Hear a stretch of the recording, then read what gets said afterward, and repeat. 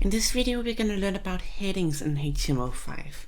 So we have 6 kind of headings. We have H1.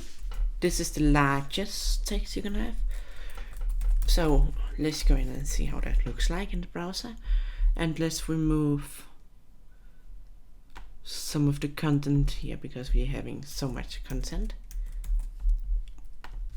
Okay, so this is the largest. The second one we have is heading. Let's just change this to the right one here. Heading 2, which is this big.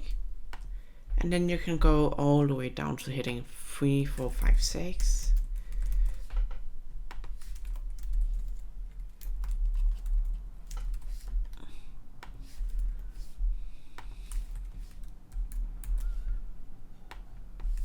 I always like to look at them all when I'm to show all of them to you when you're teaching, because that means you will actually get an idea of how many sizes you can get from this. Okay, so now we all have all our headings, and you can see this one is really small, this one is really big.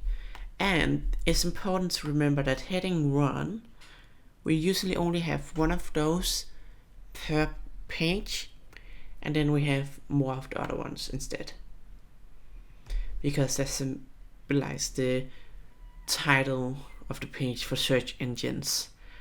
But again, that's up to you, but it's recommended to only have one heading per page of the largest. See you in the next video.